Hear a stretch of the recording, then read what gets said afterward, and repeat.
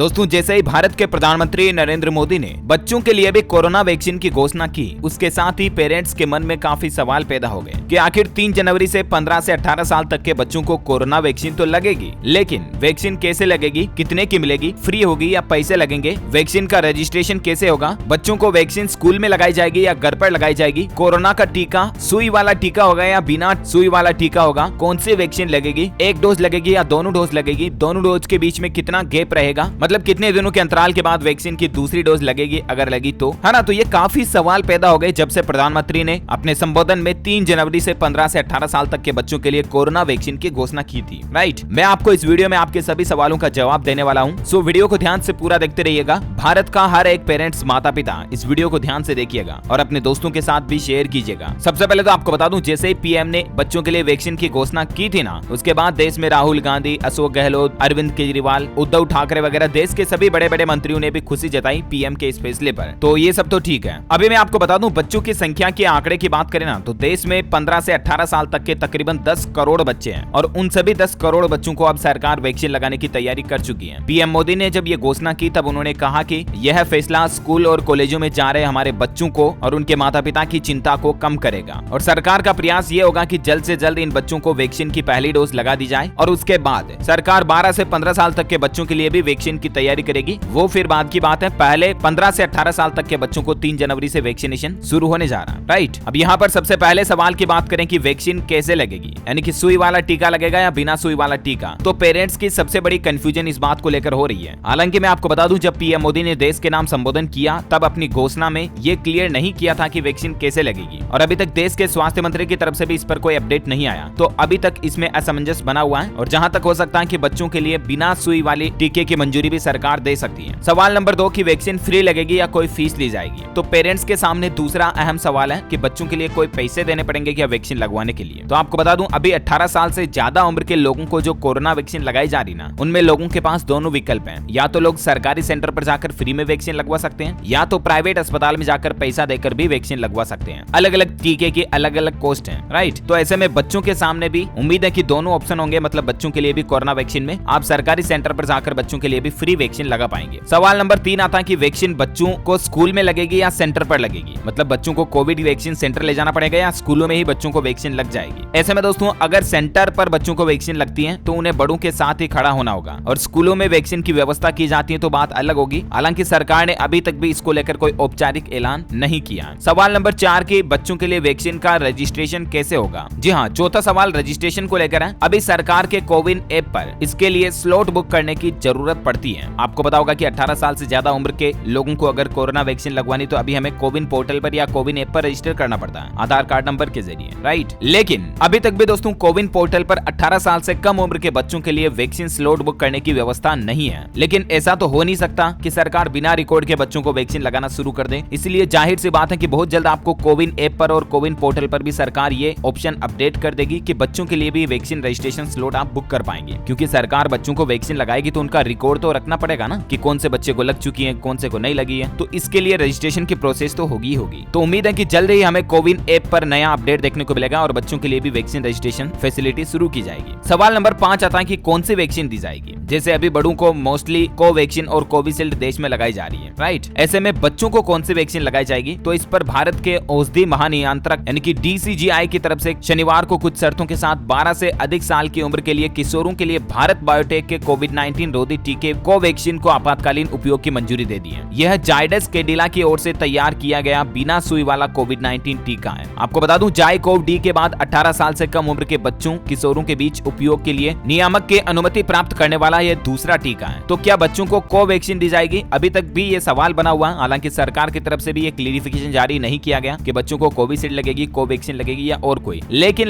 क्योंकि दोस्तों ये दोनों वैक्सीन मोस्टली बड़े लोगों को लगाई जा रही जो 18 साल से ऊपर के हैं। राइट, और ऐसे में सरकार ने कल ही इस फैसले के साथ ही एक बच्चों के लिए टीके की भी मंजूरी दी है। अब देश में बच्चों की वैक्सीन की बारी देख सकते हैं कि 12 से 18 साल तक की उम्र वालों को स्वदेशी कोवैक्सीन दी जाएगी। DCGI की तरफ से इमरजेंसी यूज की इसको मंजूरी मिली है। DCGI बोले तो drug controller general of India ने भारत बायोटेक की बच्चों के लिए अलग से वैक्सीन बनाई गई है। मतलब कोवैक्सीन ये बड़ों की अलग कोवैक्सीन है और बच्चों के लिए अलग से कोवैक्सीन बनाई गई है और इसके इमरजेंसी यूज यानी कि आपातकाल की मंजूरी भी दे दी है। तो जैसे इधर से मंजूरी देना हुआ और इधर से सरकार की घोषणा करना हुआ कि बच्चों के लिए वैक्सीन लगेगी 3 जनवरी से, ठीक है ना। तो इन दोनों बातों से जाहिर सा साफ क्लियर होता है कि बच्चों के लिए जो भारत बायोटेक की तरफ से जो स्पेशली चाइल्ड कोविड टीका बनाया गया है वो ही लगाया जाएगा। हालांकि इस टीके को 12 से 18 साल तक के किशोरों के लिए मंजूरी दी गई है, यानी कि इस उम्र के बच्चों को लगाया जा सकता है, लेकिन सरकार फिलहाल पहले चरण में 15 से 18 साल तक के बच्चों को ही 3 जनवरी से टीका लगाने की प्लानिंग कर रही है। जानकारी के लिए यह भी बता दूं दोस्तों, अभी दुनिया में 30 से ज्यादा देशों में बच्चों का टीकाकरण हो रहा है और उनमें अब हमारा भारत भी शामिल हो चुका, तो ये हम सभी के लिए बड़े ही गौरव की बात है। कौन कौन से देशों में 12 से ज्यादा उम्र के बच्चों को टीका लग रहा है, इनकी लिस्ट भी आप देख सकते हैं। कुछ देशों में तो 2 साल से ज्यादा उम्र के बच्चों को भी कोरोना का टीका लगाया जा रहा है, जैसे क्यूबा, वेनेजुएला वगैरह वगैरह में, राइट।